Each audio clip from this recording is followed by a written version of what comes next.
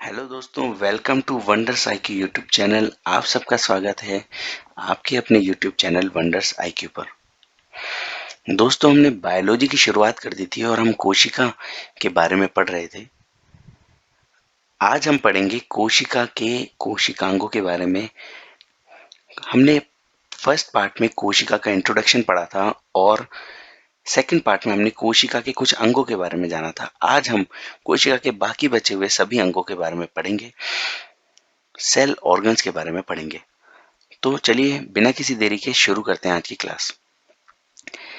पादप कोशिका और जंतु कोशिका का चित्र हमने पहले भी आपको दिखाया था और इसमें जिस तरह के अंग जो पाए जाते हैं उन्हें हम कोशिकांग कहते हैं और इन्हें ही हम इस क्लास में जानेंगे।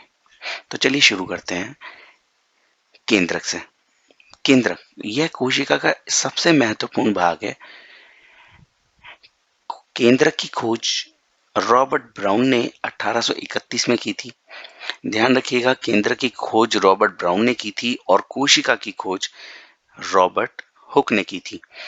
केंद्रक का जो अध्ययन है, केंद्रक के अध्ययन को हम कायरोलॉजी कहते हैं।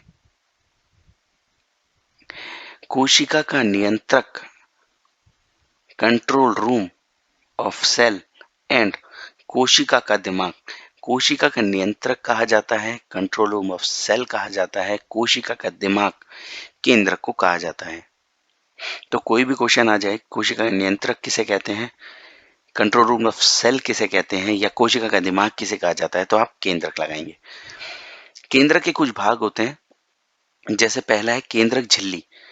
जिस तरह कोशिका के बाहरी आवरण को कोशिका झिल्ली कहते थे, वैसे ही केंद्रक का जो बाहरी आवरण है वह केंद्रक झिल्ली कहलाता है। इसकी खोज हर्टविग नामक वैज्ञानिक ने की थी।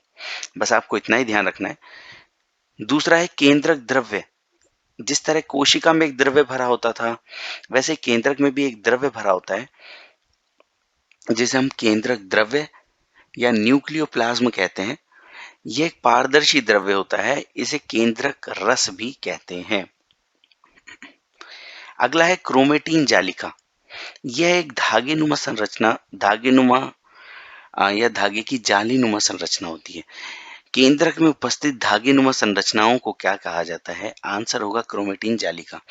ये क्रोमेटीन जालिका ही होती है जो कोशिका विभाजन के समय सिकुड़कर क्रोमोसोम्स का निर्माण करती है, यानी गुणसूत्र के रूप में परिवर्तित हो जाती है। आगे गुणसूत्र के बारे में भी हम पढ़ेंगे। अगला है केंद्रिका यानी न्यूक्लियस। इसकी खोज की थी फॉन्टेना नामक वैज्ञानिक ने और केंद्रिका का प्रमुख कार्य होता है आरएनए का संश्लेषण करना। केंद्रक में आपको बस इतना ही ध्यान रखना है।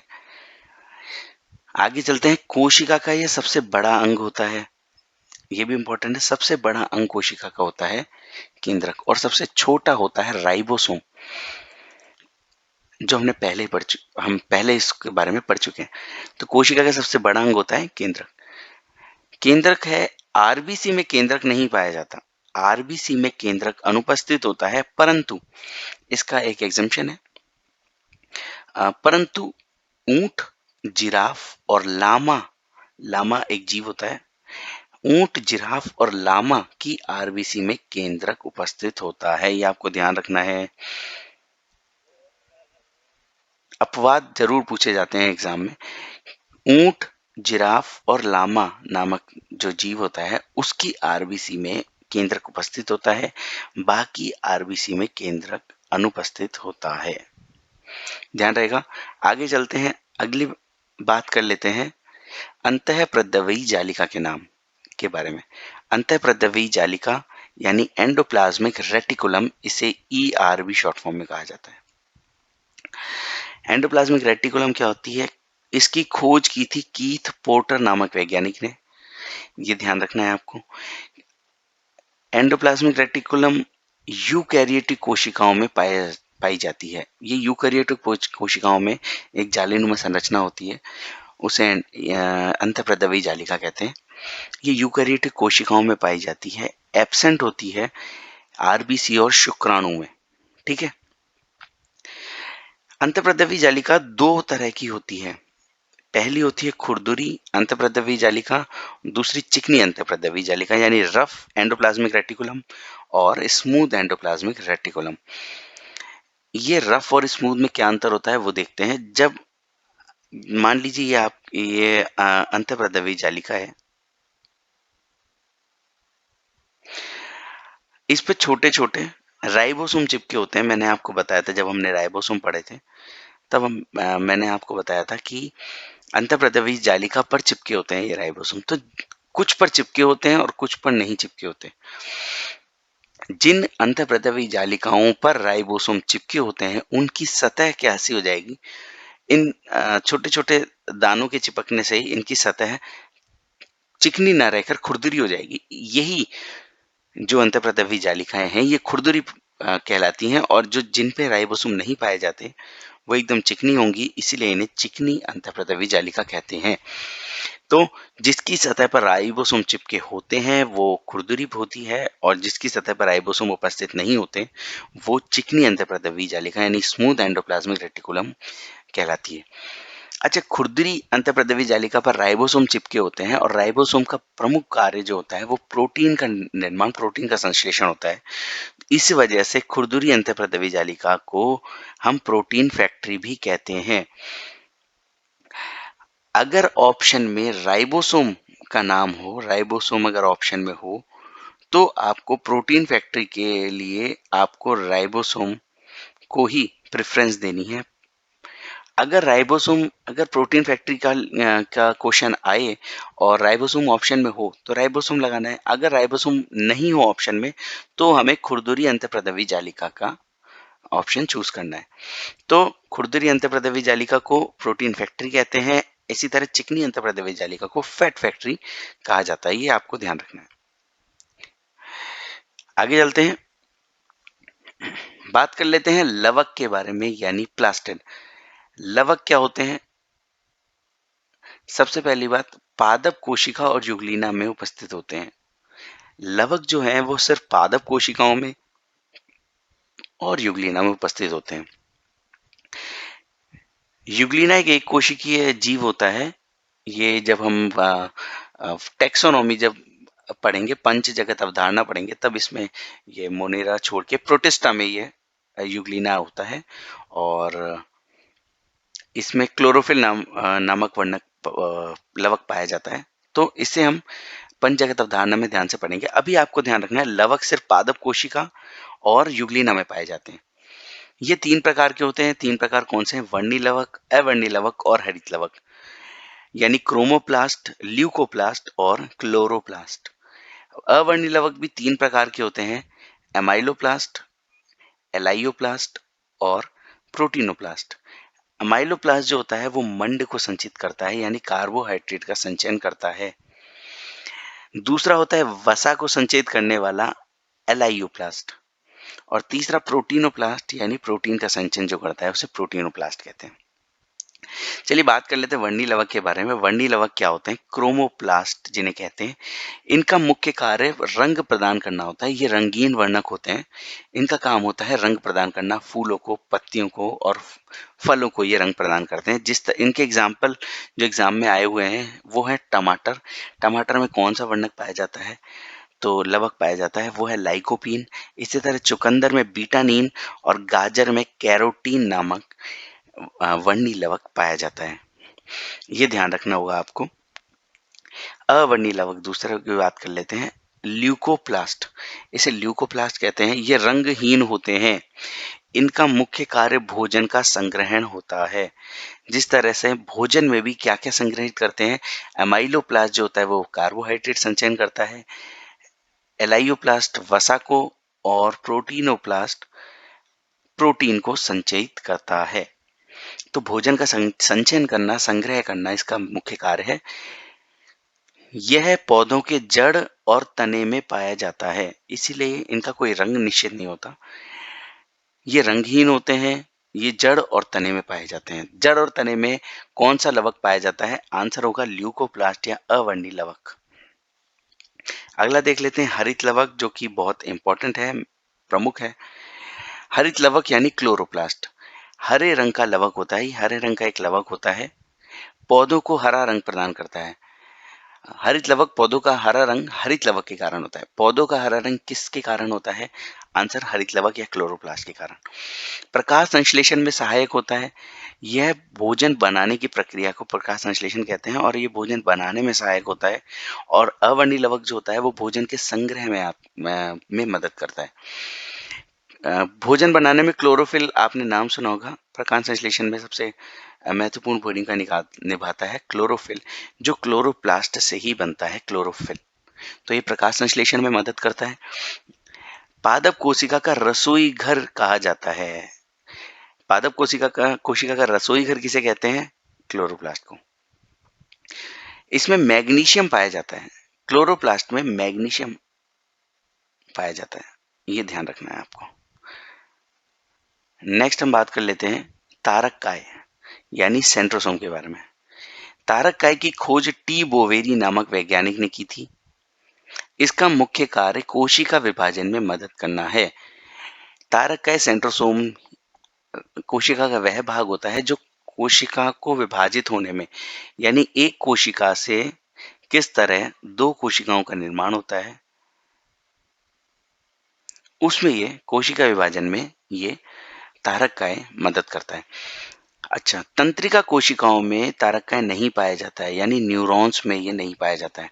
तंत्रिका कोशिकाएं यानी मानव की मस्तिष्क की जो कोशिकाएं होती है, मस्तिष्क में जो कोशिकाएं होती है मानव की, उसमें ये अनुपस्थित होता है। इसी वजह से हम सर को हमेशा बचाते हैं चोट लगने से, क्योंकि चोट लगने के बाद कोशिका विभाजन नहीं होगा और इससे नई कोशिका का निर्माण नहीं होगा, जिससे वो चोट कभी हील नहीं हो पाएगी, पूरी तरह से हम उससे उबर नहीं पाएंगे।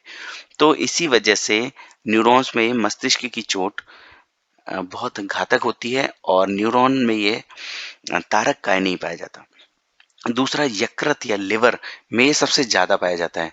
मनुष्य की यकृत यानी लीवर में ये सबसे ज्यादा पाया जाता है, इसीलिए लीवर जो है वो अपने आप को तुरंत हील कर लेता है। लिवर अगर खराब भी हो जाता है, उसका थोड़ा भी हिस्सा अगर सही है, तो वह कोशिका विभाजन करके और पूरे लीवर को ठीक कर लेता है।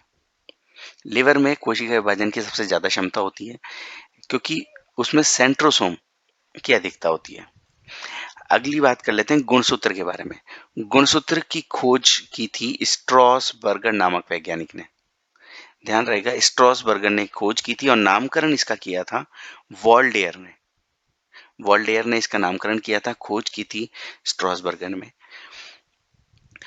गुणसूत्र कोशिका में उपस्थित धागेनुमा संरचना को गुणसूत्र बोलते हैं। कोशिका में केंद्रक पाया जाता है और केंद्रक में क्रोमेटिन जालिका मैंने बताया था, एक धागेनुमा संरचना होती है जो क्रोमेटिन जालिका उसे कहते हैं, और क्रोमेटिन जालिका ही कोशिका विभाजन के समय सिकुड़ कर छोटी हो जाती हैं और वो गुणसूत्र का रूप ले लेती हैं, यानी क्रोमोसोम्स का रूप ले लेती है क्रोमेटिन। तो कोशिकाओं में ये धागेनुमा संरचनाएं उपस्थित होती है जिन्हें गुणसूत्र कहते हैं। मनुष्य में गुणसूत्र की संख्या 46 होती है। 46 गुणसूत्र पाए जाते हैं जो 23 जोड़े के रूप में होते हैं। यहाँ देखिए 46 गुणसूत्र का विभाजन किस तरह होता है। मनुष्य में 46 गुणसूत्र, 23 जोड़े गुणसूत्र पाए जाते हैं, जिसमें 44 गुणसूत्र यानी 22 जोड़े जो गुणसूत्र हैं वो अलैंगिक गुणसूत्र यानी ऑटोसोम्स कहलाते हैं।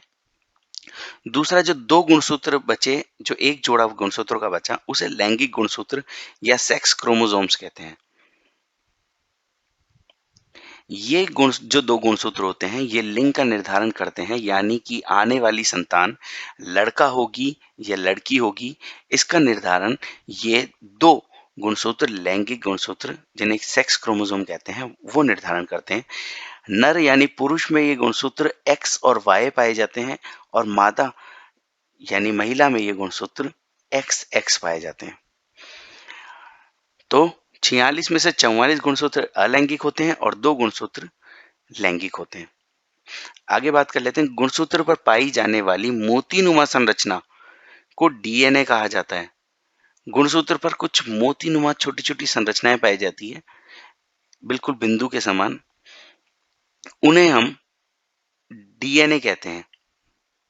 ठीक है। अच्छा, इसके बीच का जो पार्ट होता है जहाँ से ये जुड़ा होता है उसे सेंट्रोमियर कहते हैं। और इसके जो एजेस होते हैं, जो बाहरी किनारे जो पार्ट होता है, उसे हम टेलोमियर्स कहते हैं। ये आपको ध्यान रखना है। आगे चलते हैं। गुणसूत्र की सबसे छोटी इकाई को जीन बोलते हैं। जीन जीन क्या होते हैं? गुणसूत्र में पाए जाने वाला आनुवांशिक पदार्थ जीन कहलाता है।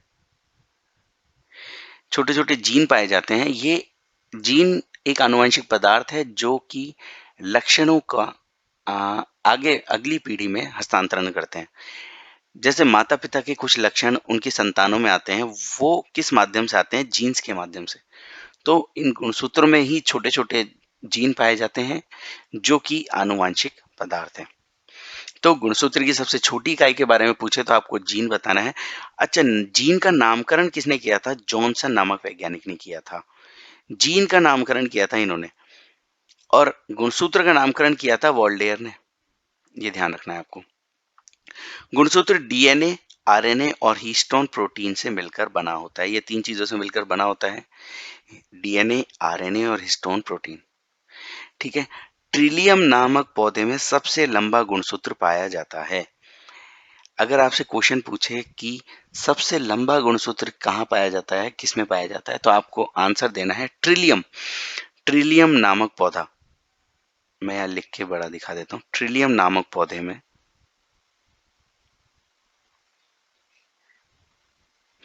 ट्रिलियम नामक पौधे में सबसे लंबा गुणसूत्र पाया जाता है। बस गुणसूत्र में आपको इतना ही ध्यान रखना है। तो दोस्तों, ये हमने बात की कोशिका के विभिन्न अंगों के बारे में। कोशिका का चैप्टर यहीं समाप्त होता है। और कोशिका के अब आप क्वेश्चंस लगाइए। कोशिका के क्वेश्चंस में आपको कोई प्रॉब्लम नहीं आएगी। सभी क्वेश्चन आपके इन 3 क्लासेस के बाहर नहीं जाएंगे। तो उम्मीद है आपको क्लास पसंद आई होगी। अगर आपको क्लास अच्छी लगी हो तो लाइक ज़रूर करें। कमेंट सेक्शन में आप अपने व्यूज़ ज़रूर बताएं और दोस्तों के साथ इस वीडियो को शेयर करें। अगर आपने अब तक हमारे चैनल को सब्सक्राइब नहीं किया है तो सब्सक्राइब ज़रूर कर दें, बेल आइकन को प्रेस कर दें ताकि आने वाले वीडियोस की आपको नोटिफिकेशन प्राप्त हो सके। तो दोस्तों, नए चैप्टर के साथ मुलाकात होगी अगली क्लास में। तब तक के लिए धन्यवाद।